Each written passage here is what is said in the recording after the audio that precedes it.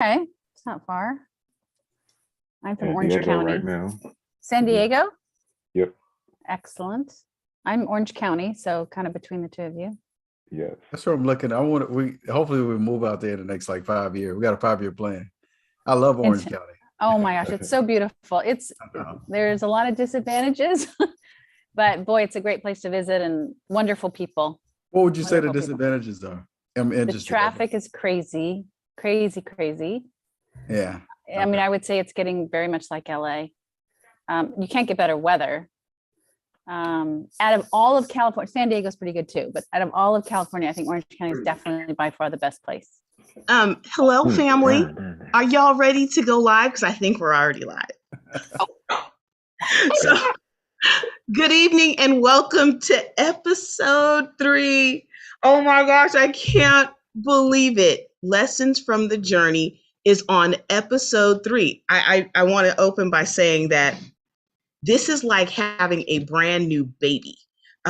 My days and nights are filled with planning and working out all these different, I call them schematics. I'm always working schemes and putting things together, but I am so excited to see how everything is coming together. So welcome to episode 3. I want to say hello to my co-host and cousin, Stefan. What it do, boo? What's going on? And of course, I've got my super producer Tila on the wheels of steel. I'm just kidding. She's in the back seat, in the back of the house, managing everything and keeping everything live. And please let me introduce. Hold on a second. My production team is talking to me here. Okay, I got to give my producer co-host rights. Sorry. Hold on a minute. Sorry, family. All right. Back in business. All right, so we've introduced Tila. You know Dre's on the panel. He's working the boards in the back. I want to introduce Dr. John Artis, all the way from Chicago. Thank you for being with us tonight. I'd love to introduce my sister in crime, Andrea Annie Ganal from Southern California, Orange County. Hi, boo. I want to introduce Jackie Ellis, all the way from Canada, international, baby. And I want to introduce, oh my gosh, okay. So, I have a new company called SLV Enterprise. Kimberly Scott is my personal relationship manager, and she is the manager of all the crazy. Hi, Kimberly. Anyway, I'm going to get myself started. I want to talk a little bit about last week. Last week was phenomenal. If you didn't see it, please go back and watch it. My guests were phenomenal last week. Stefan, I want to go to you because I felt like you were left a little bit hoodwinked and bamboozled after last week's episode. You seemed a little bit almost tortured in the inside. Can you tell me how those lessons from last week's journey impacted you last week? Yeah, I can go a little bit in detail on that. So my initial feeling, I think it was more so of judging myself in a sense and seeing expectations that are probably not the actual point of it. And then it kind of forced me to kind of think about it over a 24-hour period afterwards and realize that I need to be more vulnerable to the reality of, like, we all need this different type of therapy for me. And that's kind of more or less what I grabbed from it. Just coming from a listener's perspective, that's where I feel like we all need to be a little bit more. Maybe a little bit of COVID has affected that, like mindset. Yeah, I think so. We might circle back to that. We've been working on the growth and development tracks for the people who have not been following along. I created something called growth and development tracks. I realized in the last season of life, people worked hard to make money. We worked hard to build families, but we didn't really work hard at developing ourselves from the inside out. And the interesting thing is, as I sat at home for the last almost 5 years, trying to figure out what I was created to do, I realized there is no what I'm created to do without understanding who I am and who I was created to be. The root system, which impacts my decision making. And then lastly, my heart and mindset. This is the reason that we are doing this show every night, to impact those 3 areas. And the main motive is to unite and change the world together. And the only way we can do it together is to be a healthy individual us. That brings me to my weekend. This weekend, I went to go to the Tupac Shakur Wake Me When I'm Free exhibit in Los Angeles. It was one of the most impactful events for me. And the reason it was so impactful is because what I walked through this week in preparing for this conversation was a bunch of weeds in my own personal root system. And when I looked back at Tupac's life, walking through that museum and seeing his mother and seeing, how he was raised, what he grew up, I mean, he was born basically, when he was created in his mother, she was in prison. So, that's somebody's root system. And I realized that from the earliest of beginnings, the things that happened to us make us who we are today. So I took a little bit of video. And Tila, can you show the video of the Tupac exhibit for me, please?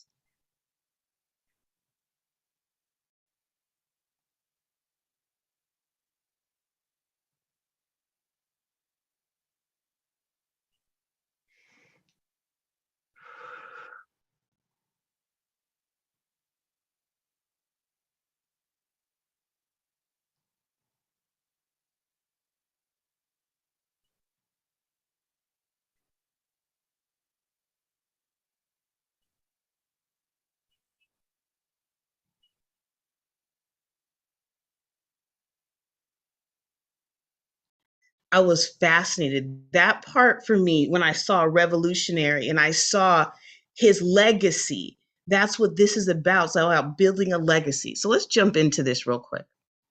Tupac says, "We are the roses. This is the concrete. And these are my damaged petals. Don't ask me why. Thank God. Ask me how." When I listened to that, we are the petal. These are my damaged petals. It took me right to root system. I was like, oh my gosh, how many of us are walking around with damaged petals and trying to cover up the damaged petals? I'm going straight into Annie. When we talk about the damaged petals, and we're talking about, I call this the uproot process.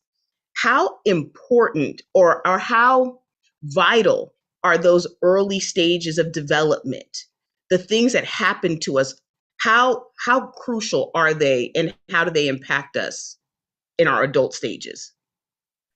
I don't even know if there's words to describe how impactful. It is the core. Our early experiences is the core to our continued development. I never want to say that when there's serious trauma in really at a very young age, that can't be fixed, because we always have hope. And yet the impact is so great that it takes a lot of work to process and work through trauma at a young age. And so even in the womb, the things we experience, the stress in the mother, the different emotions that she carries, so many things have an impact on our personalities, on our traits, how we view life, how we interpret things. It's huge. It really is everything. It's everything. It's everything.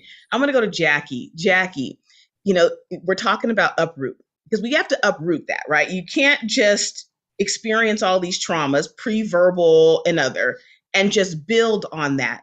This is what you do. How important is what you do in helping people be whole? And can you tell people a little bit about how you impact pre-verbal and early stages of trauma? So my gift, I see energy, and the trauma that we experience in this life as well as generations prior that we inherit unknowingly. We're born with that. Like a generational curse? Is that, Well, I it's hear that a lot of generational- times. It can be a generational curse, but it can also be generational trauma that wasn't healed before they died. Mm. That they had trouble because they didn't have the tools to heal it. They didn't know how to heal it. And so it got passed on from generation to generation to generation. And what I see in people is this energy that's stuck within them. And it's really the stuff that we experience in our own lives. We have the opportunity to kind of put the puzzle pieces together a little easier than the generational stuff. Mm-hmm. But I get to see all of it.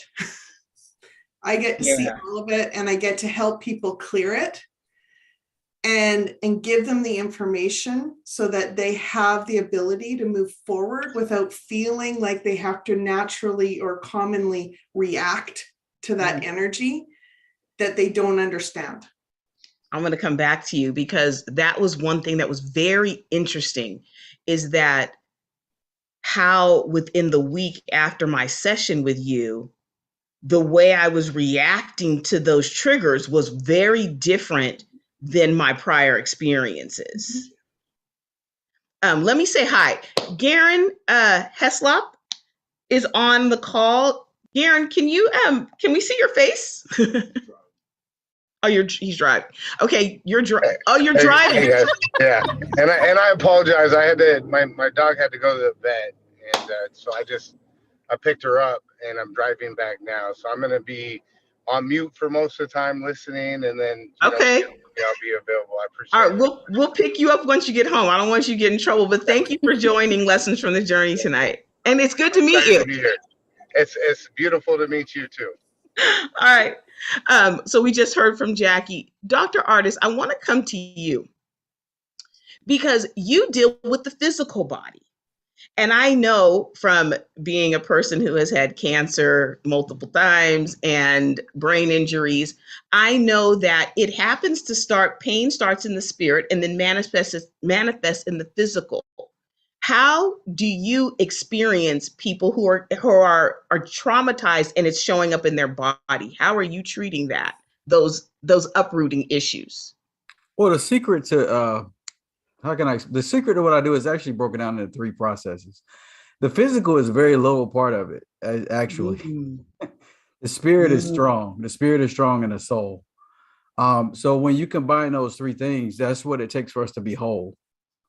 And most of the time, we're so vain, they focus on the physical aspects. It's ridiculous. It's to the point where people will pay for like Botox and all these different things, and they don't address what's in the inside. So a lot of times I'm at the point in life now where I don't just accept people unless they're just willing to just go 100% in. Right.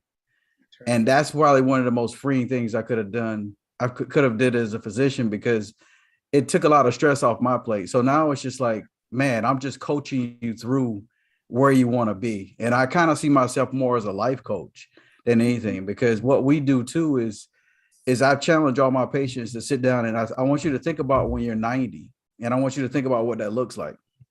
And then I want you to actually write it down, and that's what you want to do. And then what we do is we work backwards. And I mean, I would say now the rate has gotten bigger, the outcomes have gotten better, because now people have something that they can attach to such things as short term as pain. Pain is just short term.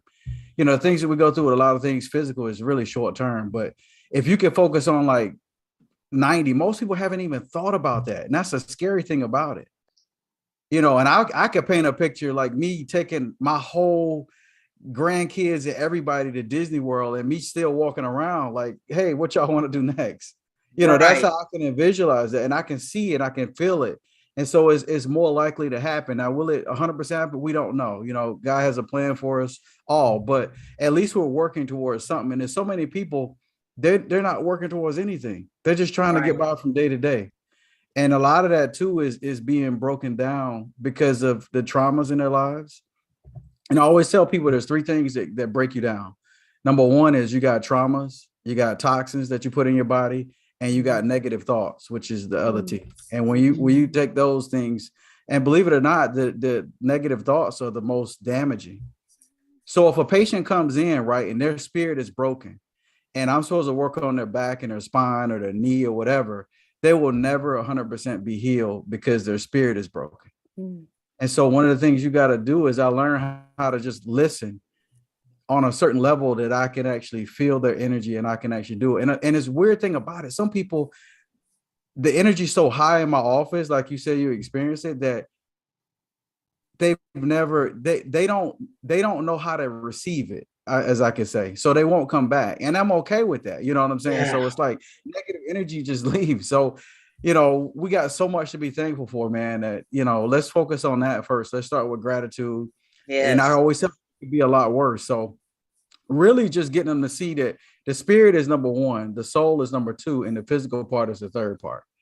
And that soul is the mind. So that's what I kind of refer. I'm actually thinking about opening a clinic to where I can actually have licensed clinical social workers in there. I can have people with you know, that work with people with anxiety, that work with people overcoming things, different kinds of counseling, and then also add in the other part. And then the physical part is just so small.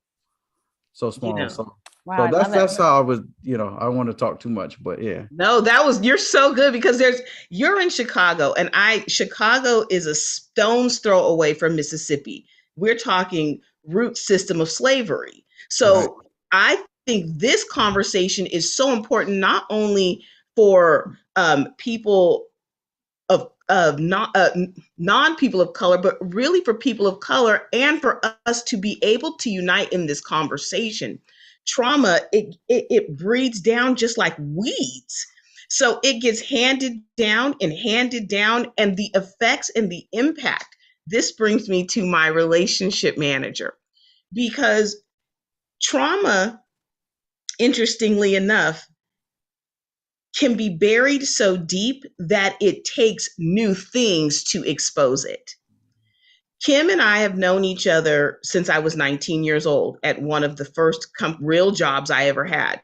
And back then, Kim would help me through trauma. She would literally help me through traumas I didn't know that I had. But God put her back in my life at this time. And I want to ask you this question, Kim. As I really like you're my comfort coach. How important is it to be a support system that people can lean on so that they can be themselves? How do you manage that without taking all of my junk in? It's a really interesting question. I'm going to say, I don't believe I could have done this 5 years ago, simply because of my own journey. And I am really grateful to have gotten through what I call the dark years of my life. And through those dark years, because we all have a story, right? The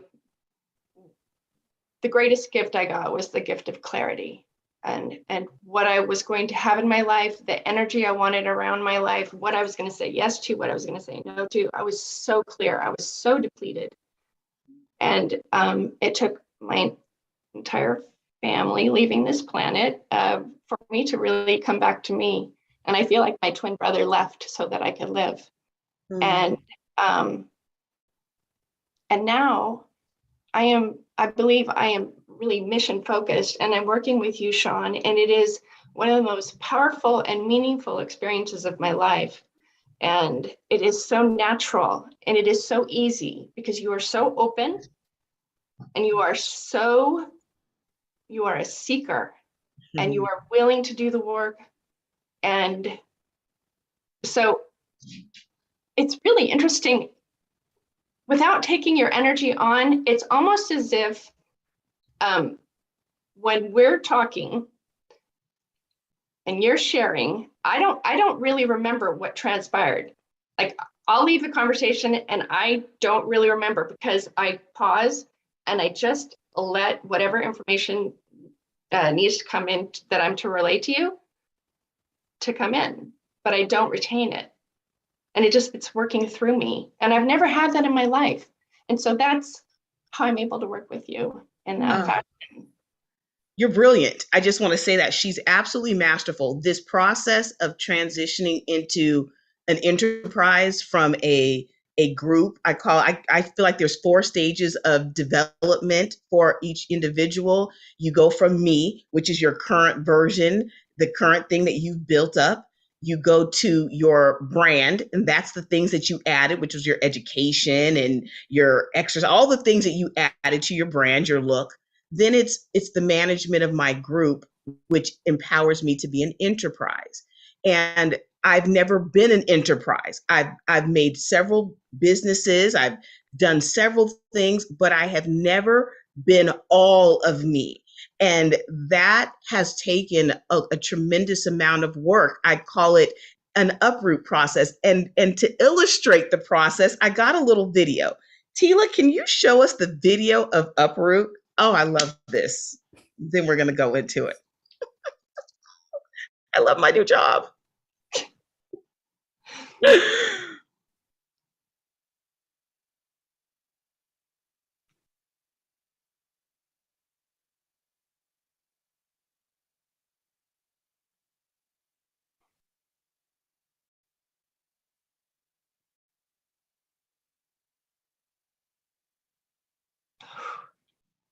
Mm-hmm.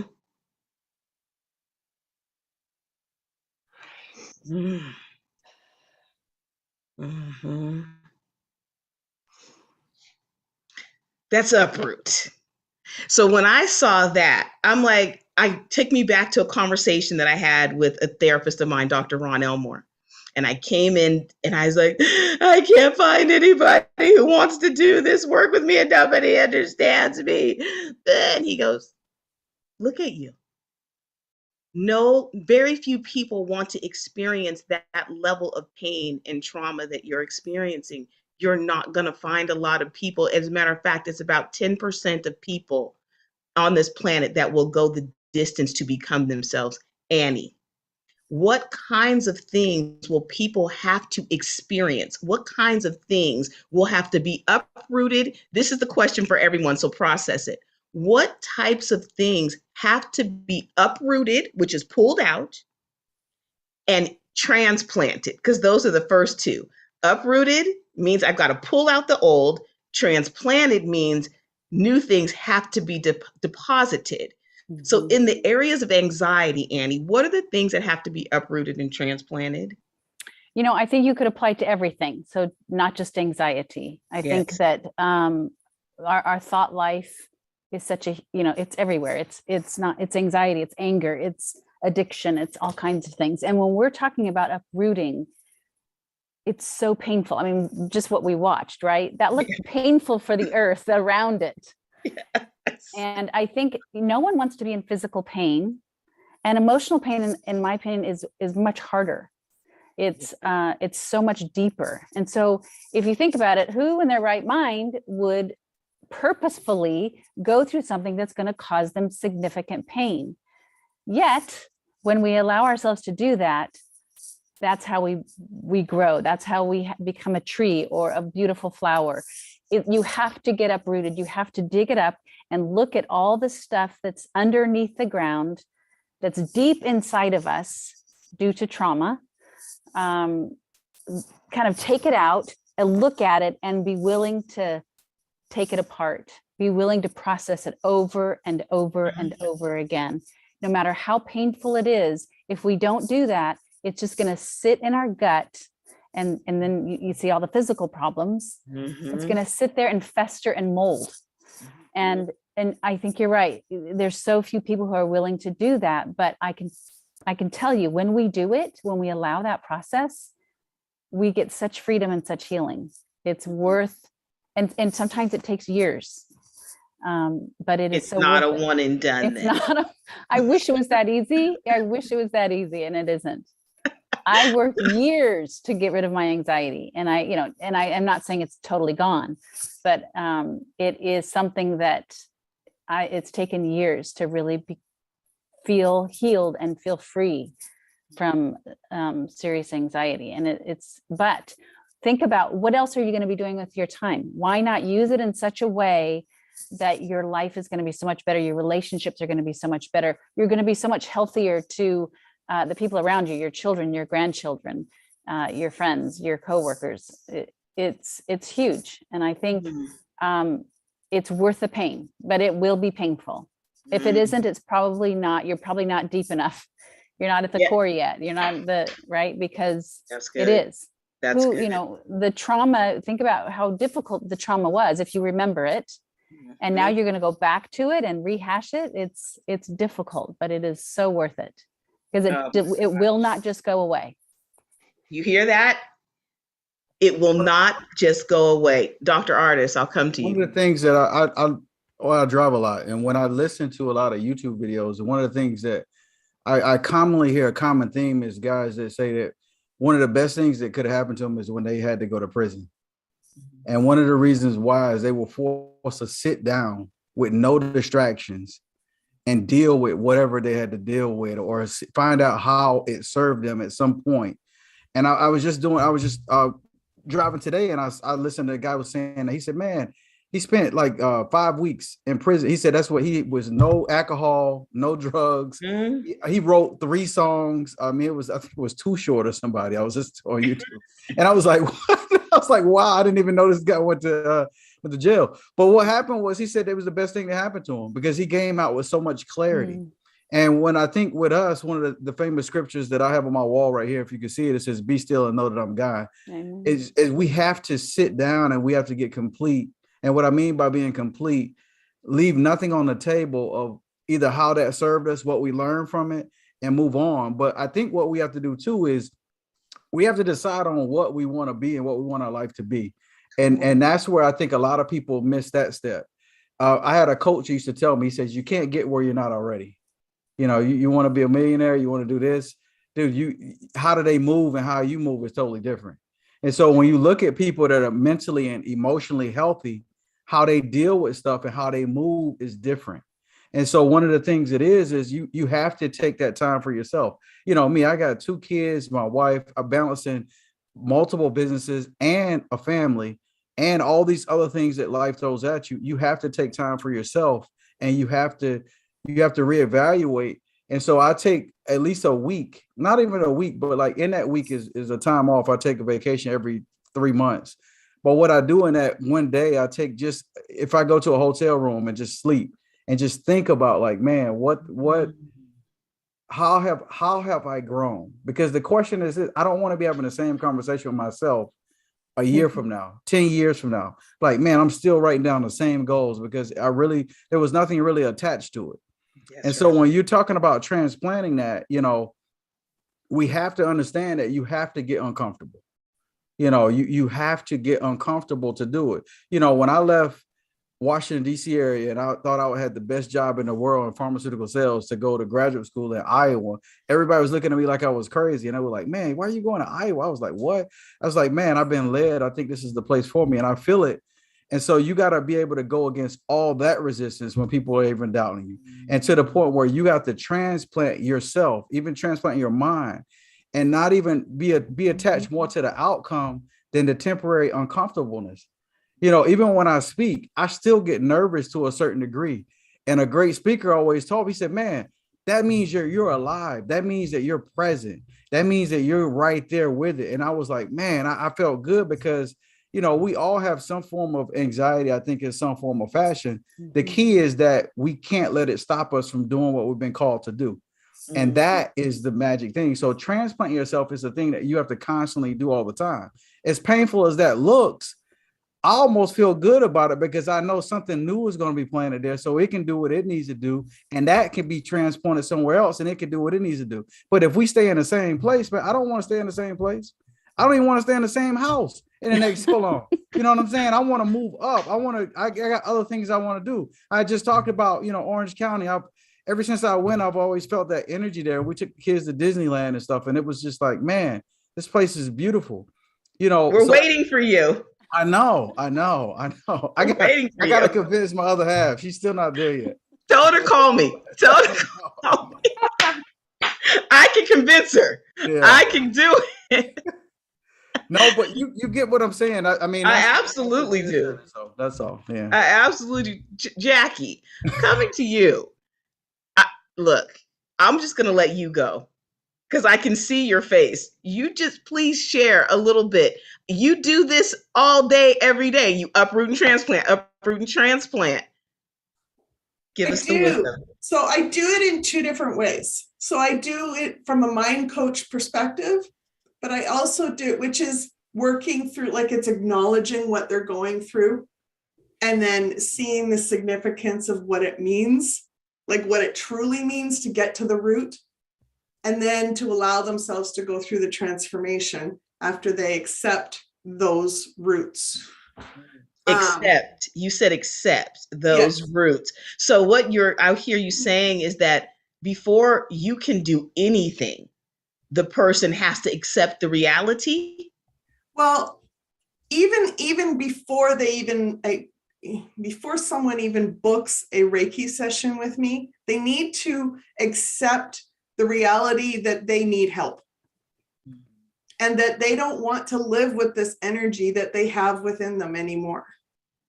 They may not realize that the report I'm going to send them has the information that I actually am showing, because I don't just release the energy like another Reiki master will do.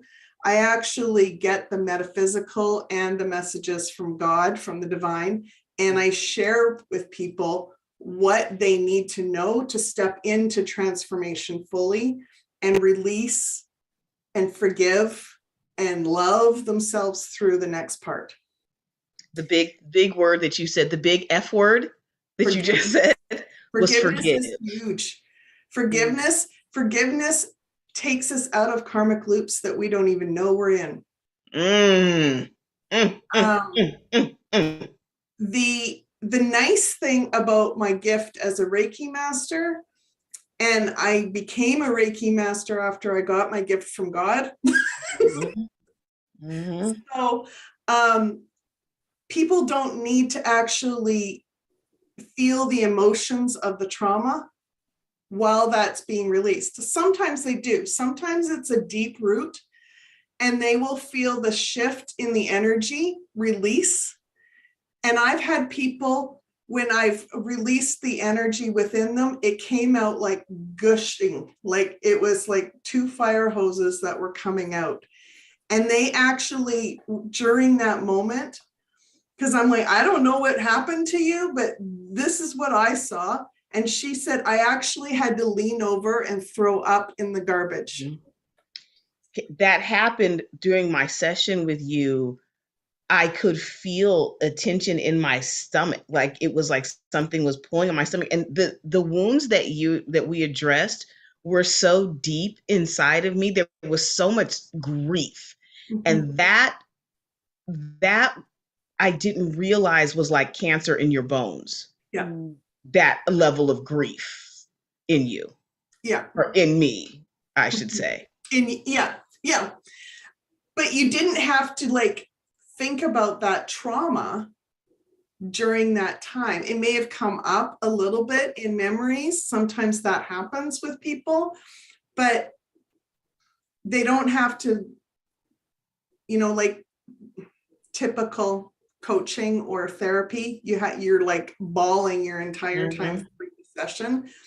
With energy sessions with me, it's the energy is released. So then it allows you to go back in and think about those things and really do the forgiveness and the love, but without having the emotional trauma attached to it, because the emotional trauma is in the energy. So without re-traumatization. Go ahead. Can I comment on something? I'm listening to you talk and I could there's so many people, right, that I see that they can't get off like high blood pressure medicine or functional medicine. They can't do these certain things.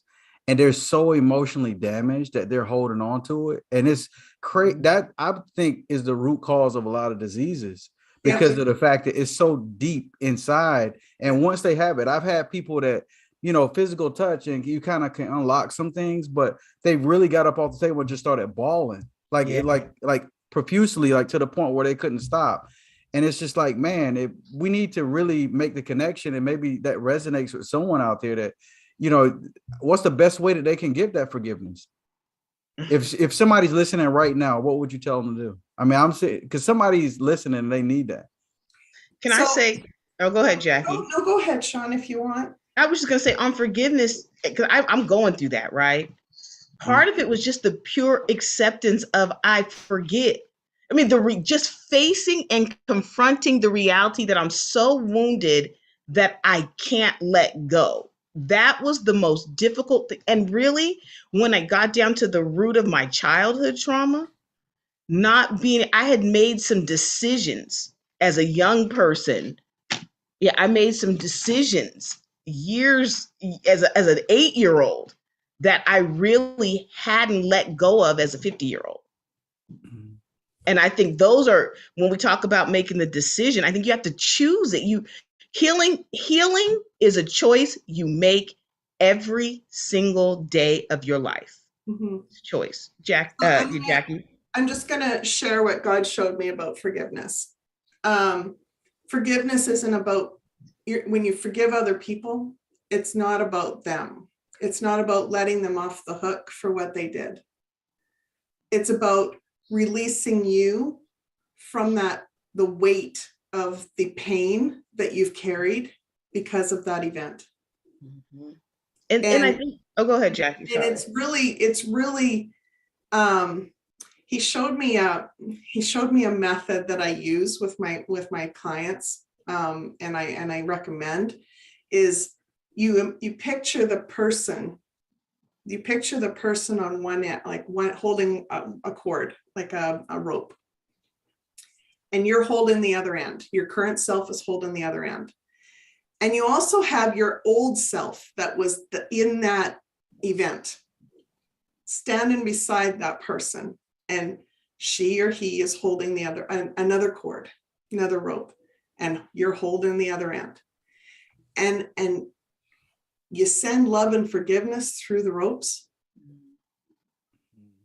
and then you cut the ropes.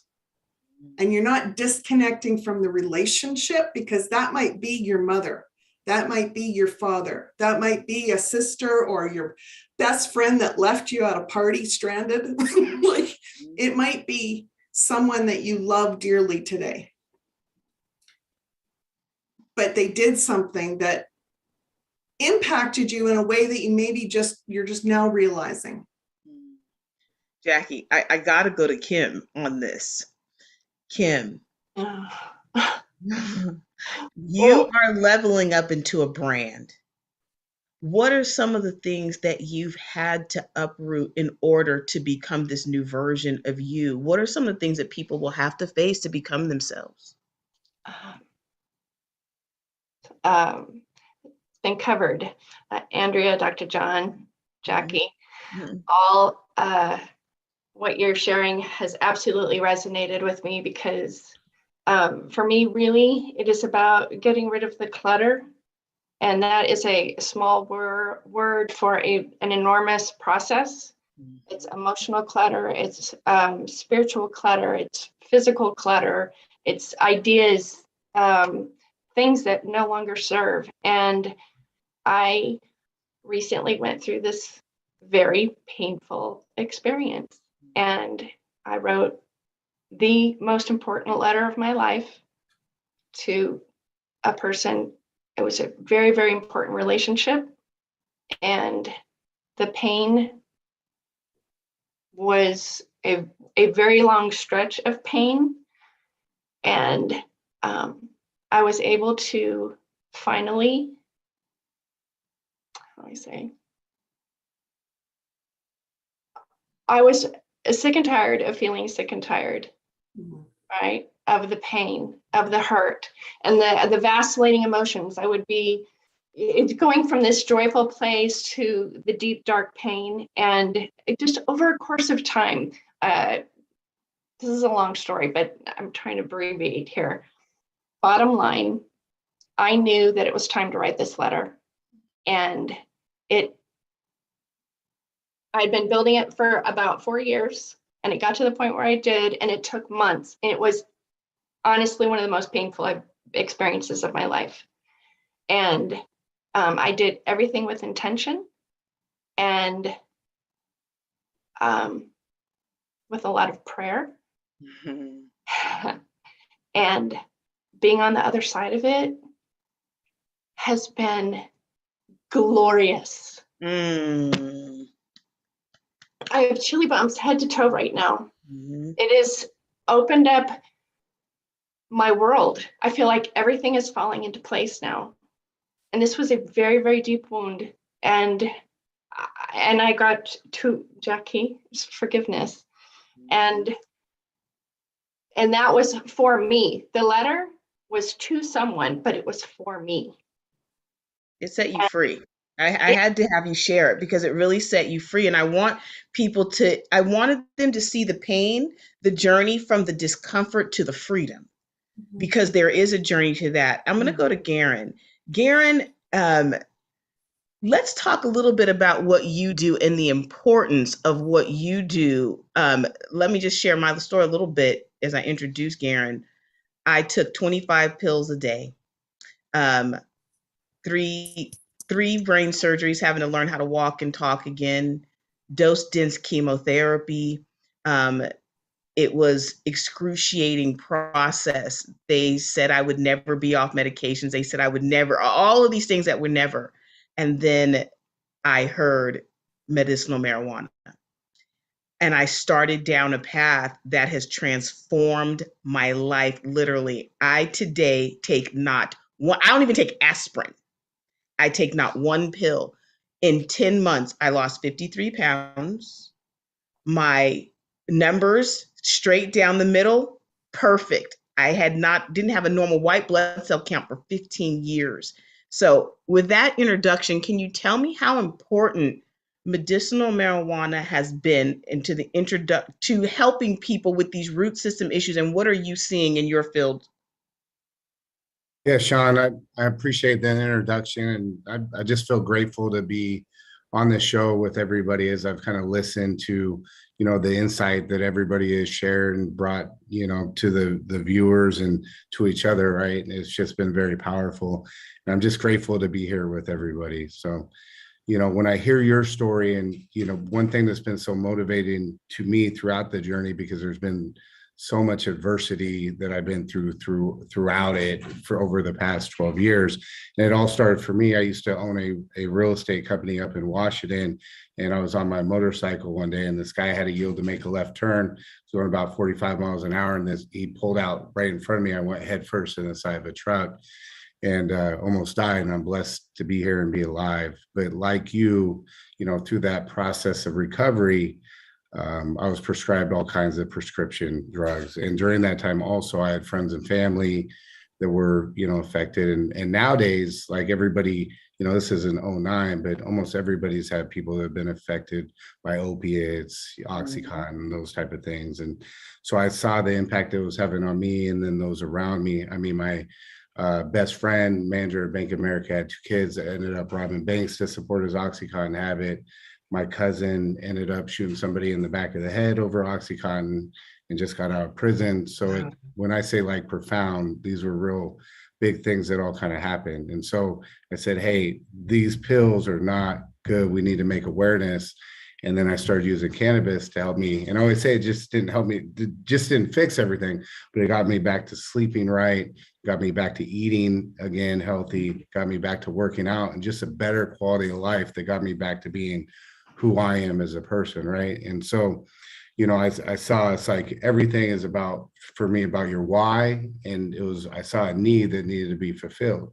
And the issue that I always had was finding cannabis that I knew was tested, was clean, and I could get the consistent result over and over again. So I said, okay, I need to do that. And then just having it be accessible to people and them not feel like they're doing something wrong. All shady. By getting it. Yeah, it doesn't have to be in a black alley or something like that, right? It's like, and so when you look at Medcare Farms, what you'll see is like our store is just beautiful. It's open and bright, and someone will come and greet you and they'll walk you through, like an Apple store where they spend time with you one-on-one to find out exactly why you're here, what your needs are, and what you want to try to accomplish. And some people, they just want to get high to relax, and and that's to help them cope with different things, and you try to figure out what the best solution for is there. And then some people have real ailments or pain, and so we have different products that help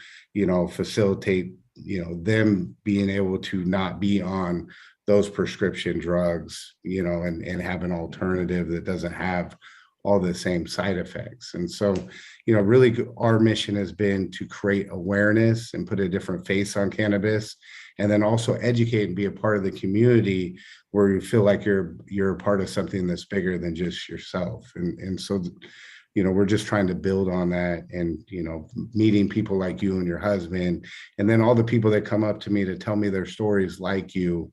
That's what really keeps me motivated and moving forward. So thank you for what you do, because I know that it was difficult. I know starting in that had to be very difficult. It was hard for me. I love Jesus, and everybody knows I love Jesus. So when I hear smoke weed, I'm like, I can't do it. It just doesn't feel right. But what it has done for me and the education that I have gotten, my cousins, I've been helping everybody to really understand you can actually get off that. You don't have to have neuropathy your whole life. You don't have to take 900 milligrams of medicines that are making your brains fried. There is answers. And what was really interesting is as I started to really understand cannabis, then my eating got cleaner. It's like my life got cleaner. It didn't get worse, right? I leveled up completely.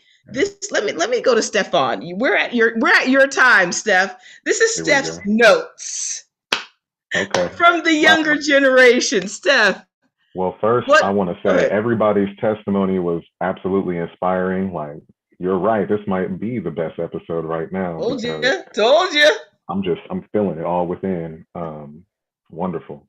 A lot of what I'm getting from it, collectively speaking, is that starting with Dr. John, and the physical is really the least of your concern, right? And that kind of all goes hand in hand. We have to have that emotional strength and that courage to kind of go and really try to forgive yourself through forgiving others. That's very powerful for me. I can relate to that so much. And then you have to come to that point of acceptance, and let's not just leave it there. Let's actually strive for something greater. That whole combination right there, that's what's resonating with me the most. And all of our traumas that we go through, I feel like, just speaking for myself first, is you want to blame yourself for everything first, or some type of impact if you could have done something better or different back then, instead of realizing today is the day. Right now, that's the time to really shine. But in general, that's my feedback for it. I want to ask everyone more questions about that, because I feel like the energy. Take your time. Ask the questions you want to ask. Who do you want to talk to? I'll let you. You're the co-host. Here we go. Let's start with Kimberly. She almost made me cry a little bit earlier here today. But I want to know your process, and I know it was a long process, but as you said that, I kind of resonated with that. It took me a long time. For me, it was with my father. It kind of wasn't too much of one in the beginning of my life. And one of the things that I guess happened naturally with me is I forgave through the strength of my family. My mother kind of never talked negatively. She wanted me to figure out some of these family traumas for yourself. And I was able to, fortunately, develop an adult relationship with him. But originally, it was very terrible for me. I kind of wrote him off, and birthdays were just whatever. I disconnected. But that, I wanted to hear a little bit more of your story. Well, thank you for sharing yours just now. It is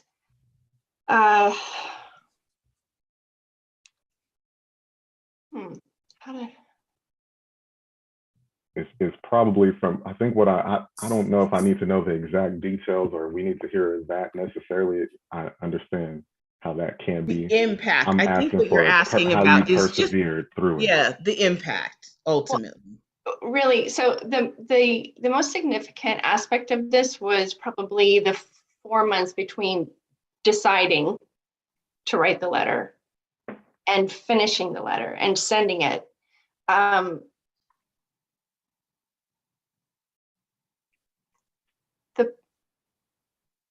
The awareness that I gained in writing, I mean, there was draft after draft after draft after draft, because there were so many feelings. There was I had conflict, there was so much joy, but there was also so much pain.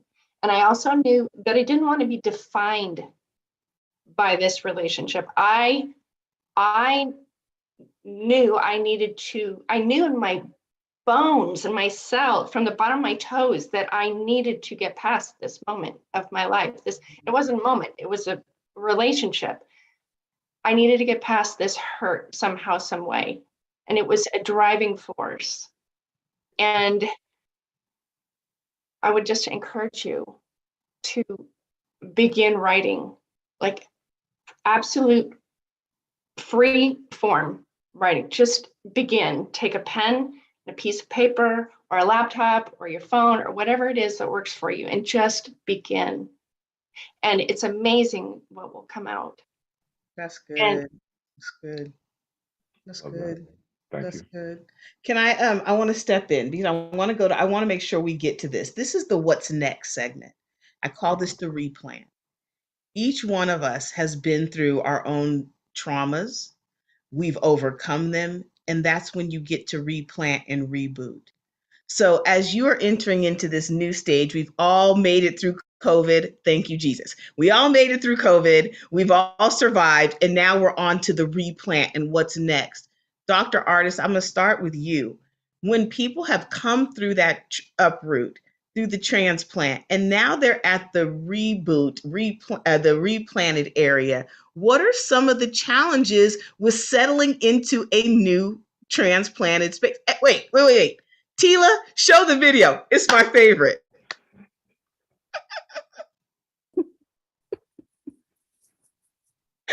Sorry. No, it's funny. I want to hear him. Audio. Okay, we're not going to be able to hear him, but he's funny.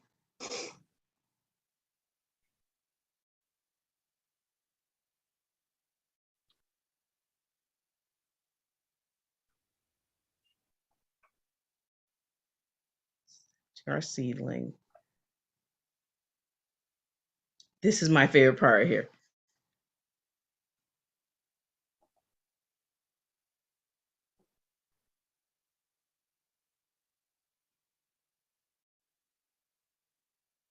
Like, look at the seedling.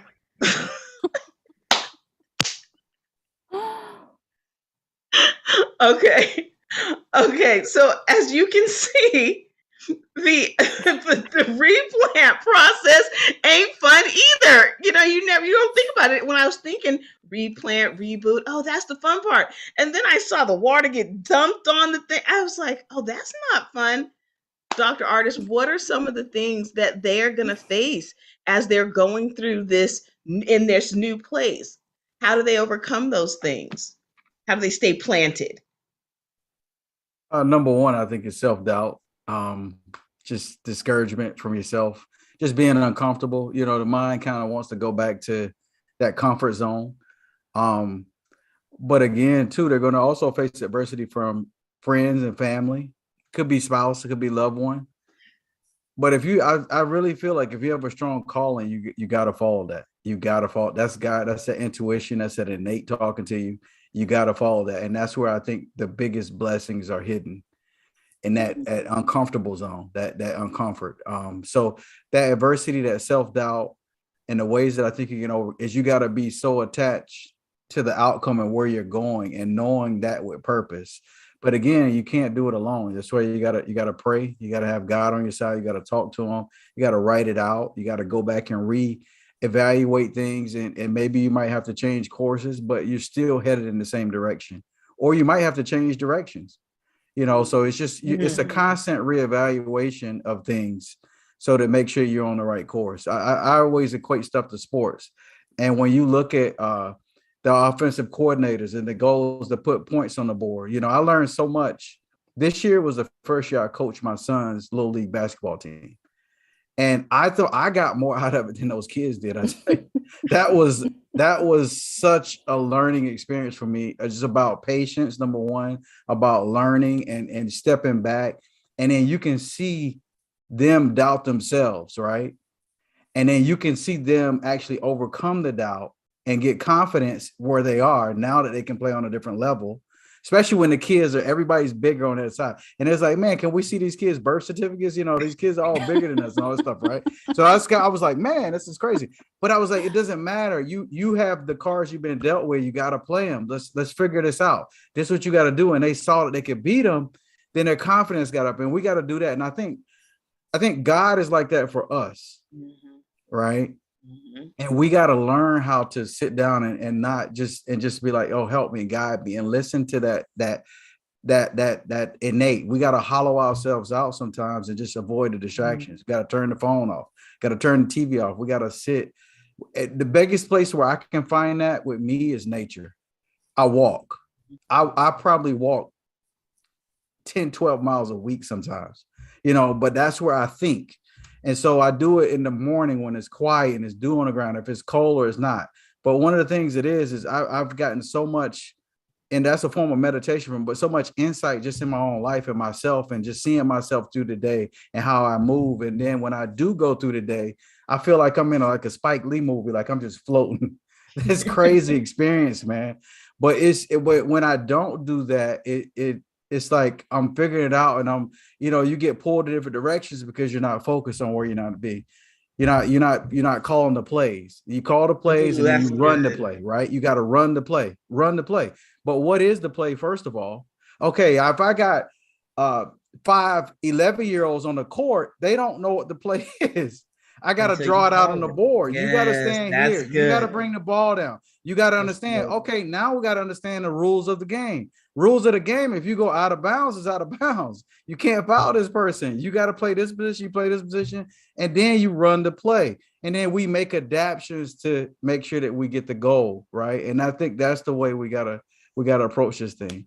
So with that kind of analogy, you can overcome a lot of the self-doubt, the the adversity from other people, because that's gonna come. And it's funny, we're having this conversation. I feel I got a 15-year-old daughter, and I mean, women, I love y'all, but man, I mean, just going through a lot of this and just explaining about, like, worrying about what other people think and all these things. And, it's just like, we just had this conversation in the car, like, man. And then one of the things I'll tell y'all this and I'll stop. She had a speech, right? And it was a kind of controversial speech, and it was about sexism and racism and Disney, and it was crazy. So it's all these different things about Black princesses, and so she had to speak, but she didn't want to go first. So she's getting ready for school that day. She had the speech, and she didn't want to eat breakfast. And I'm like, hold on, we don't do that now. We don't not eat. Like, we got to eat. And so we had this conversation, and I was like, you can do it, and we talk it through. We go through it. She plays it out. So she ends up having to go first. There's a couple of girls in the class that are known to be the smartest, right? Or they think they are, or they automatically think that they're better, is what she says. Why did she said, Dad, I blew it away. The girl had anxiety. She didn't even finish her talk. That went behind her. So I was like, you set the bar that high. I said, give me some. That's what I'm talking about. Give me some. That's how you overcome it, anxiety. You got to face it face to face. You got to stand right there, and you got to knock right through that wall. That's so good. But let me also say this to you. What's in her root system is a father that is dropping seeds that create a comfortable, safe foundation for her to be herself. Kudos to you, Dad. Thank you for loving that young lady so that she can find you as a husband. Boom. Garen, You see people every day and you help them through this to I say get rooted again. What are some tips that you use in your business or in your life that help people get re-rooted, replanted? Yeah, that's a great question. And Dr. Artis, I love what you said. One of my favorite quotes in life is you have to get uncomfortable to get comfortable. And every time we go through summer, try to make it to the next level, and there becomes that uncomfortableness that's attached to it.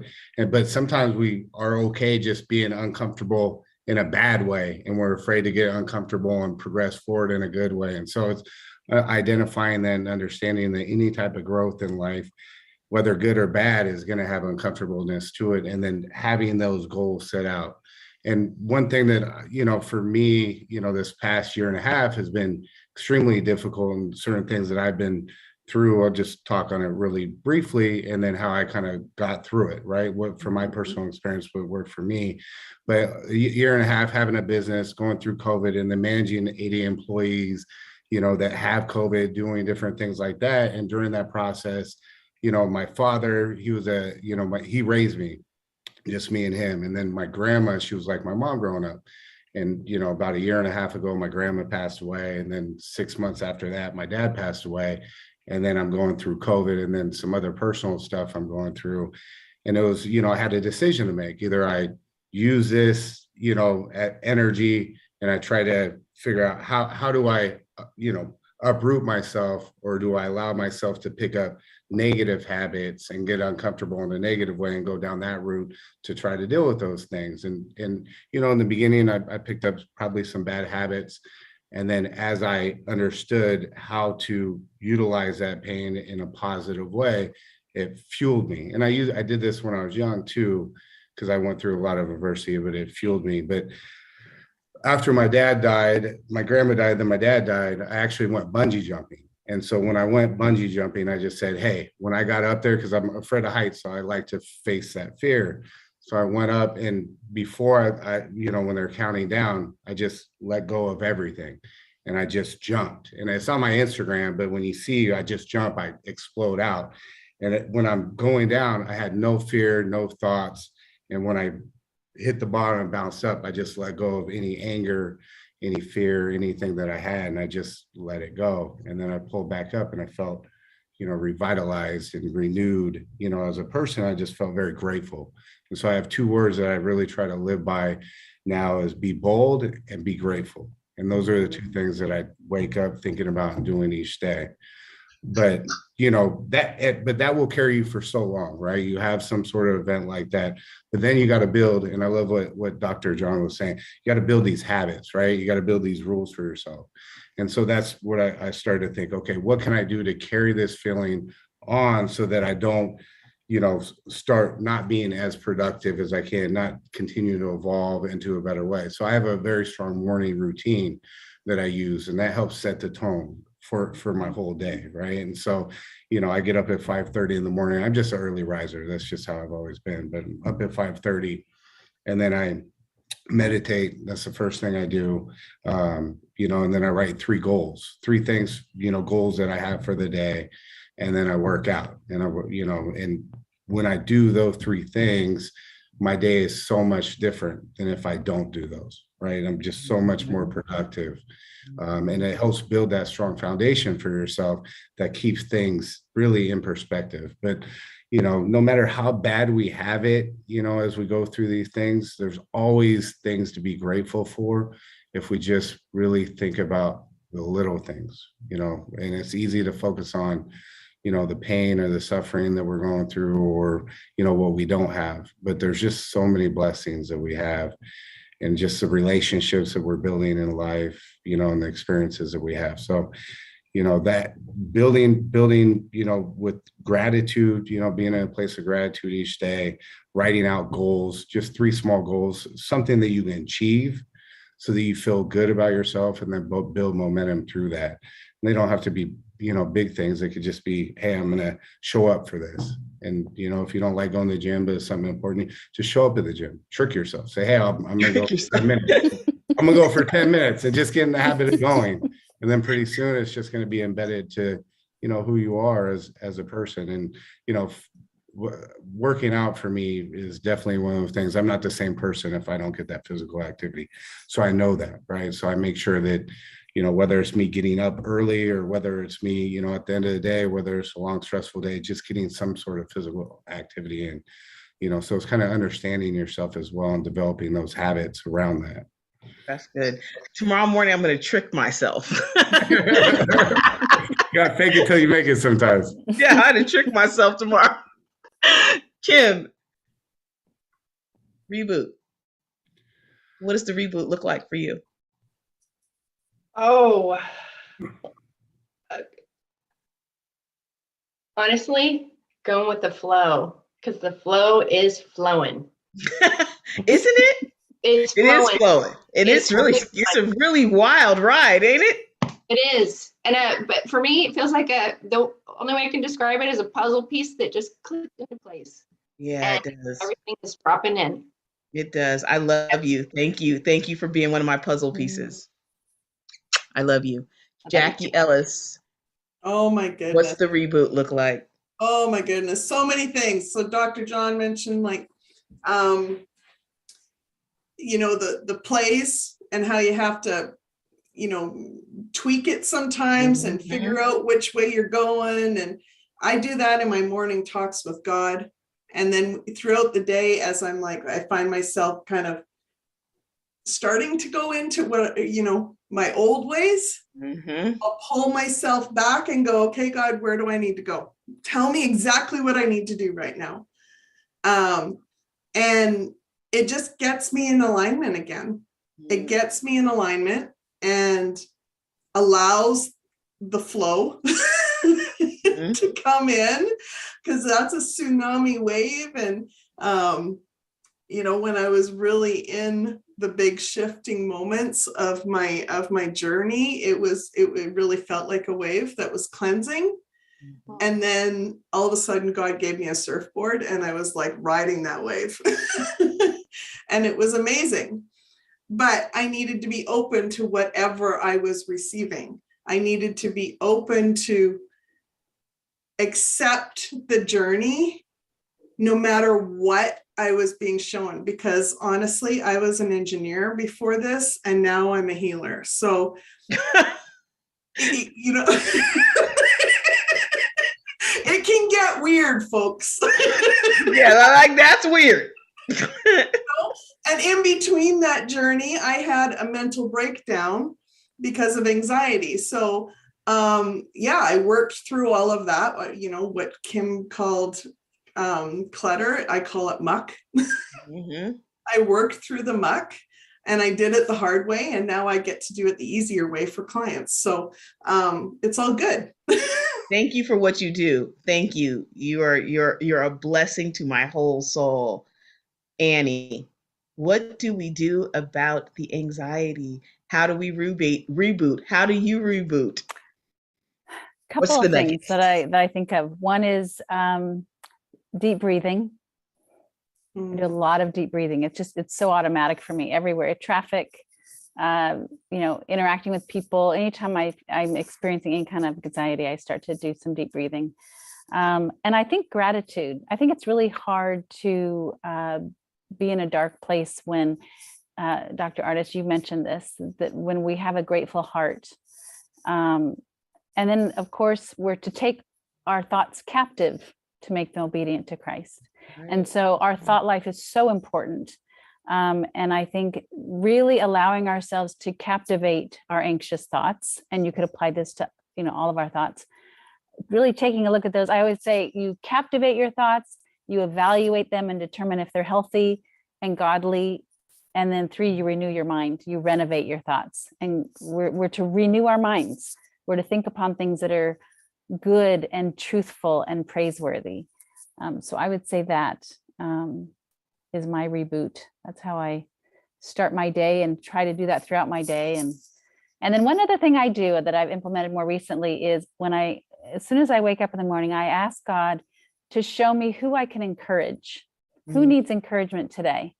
And that's just my way of reaching out to another human being to encourage them and help them with their day.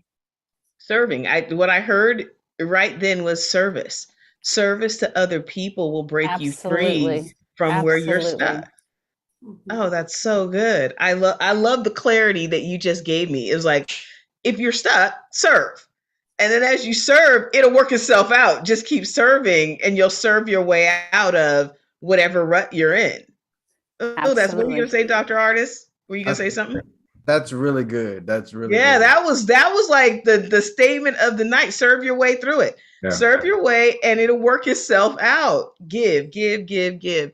You can't outgive God, right? We all You know cannot that. outgive. So serve and it'll come back full circle. Absolutely. Shout out, Miss Wanda. So I want to know where I can find all of you. Dr. John, where can they find you? And is there anything that you want to tell them to purchase? Anything. This is your time. Share it with the people. I have a YouTube channel, The Adjustment with Dr. Artist. And it's not just really performing a physical adjustment on the body, it's making some shifts in the brain so we can actually get clearer thinking. YouTube channel, I usually release a video every day. And that's from everything from sleep to diet to, posture when you're sitting on Zoom calls and stuff like that. You can find me at www.healthonearth.org. I teach people how to have health on earth. Very simple. I love that. Good, Dr. John. Annie, where can they find you? What can they buy? Tell the people. Okay, so social media, I'm at Victory Over Anxiety. My website is Dr. Andrea Ganal. And I have a book called Victory Over Anxiety, Take Your Anxious Thoughts Captive. And it's, you can apply it to all your thoughts, but anxiety is the focus and it's biblically based in a sense. I try to intertwine scripture throughout. Amen. Amen. Garen, where can the people find you? And so like Medcare Farms is, that's the company with the cannabis, right, that I founded. And so that if they're on the website, www.medcarefarms.com, check that out. And that's FARMS. So MEDCAREFARMS. And then Instagram, we're on there as well, and Facebook. And then on our website, there's Medcare University. So there's a lot of great information on how, different cannabinoids can help you, with different illnesses and injuries. So a lot of good information there. And then just me personally on Instagram is Garen Heslop. And then, share if you have any questions or information, I share whatever I can with you on that. Thank you so much for coming. Jackie Ellis, where can they find you? Well, my website is my name, Jackie, JACQUIE, and then ELLIS.com. You can, I've got a blog, lots of information there, and some freebies that you join the newsletter. You can order or book a Reiki session with me through my website. I'm on social media. I'm about to launch a new app with 4 other beautiful souls called Aligned. We're all holistic healers, coaches. So it's pretty exciting. I'm like super excited about it. We were called, and we're global, we're all over the world. So we were called to join together and change people's lives. Unite and change the world together. Kimmy, where can we find you? I know where I can find you. Yeah, you do. Actually, no real social media or websites or anything, but if for any contact, Kim Scott at managethemoment.com. Kim Scott at managethemoment. I love that. So we're almost at the end of this show, but I just want to tell you guys, thank you so much. This to me was one of the most important conversations I've ever had. I believe 110% that in order to unite and change the world together, it starts with us as individuals. From the inside out. We can't fix it from the outside in. Our lives will be changed. Our families will be changed. Our communities will be changed. Our cities, our countries, our world is changed forever when we start with us. I love you all. Next week, I'm so excited. Next week, I get into the easy parts of the season. Thank you, God. Next week, we get to just talk about being a mama. That I know how to do really good. So we're going to talk about being a mama next week, the ups, the downs, the highs, the lows, and the joys of motherhood. So join me and my guest. Please, thank you so much, you guys, for joining. Please visit my friends that have been on this show, because I believe I put the 5 best people in the seats for tonight to help you become you. So again, I'll see you next day night right here, 7 p.m. Pacific Standard Time. This is Lessons from the Journey, and I'm your host, Sean L. Brown. I'll see you next week. And until then, what do I say? Master the game of life and experience the way of a champion. I love you guys. Good night. Love you, Sean. Bye-bye. Take care. Bye. Right.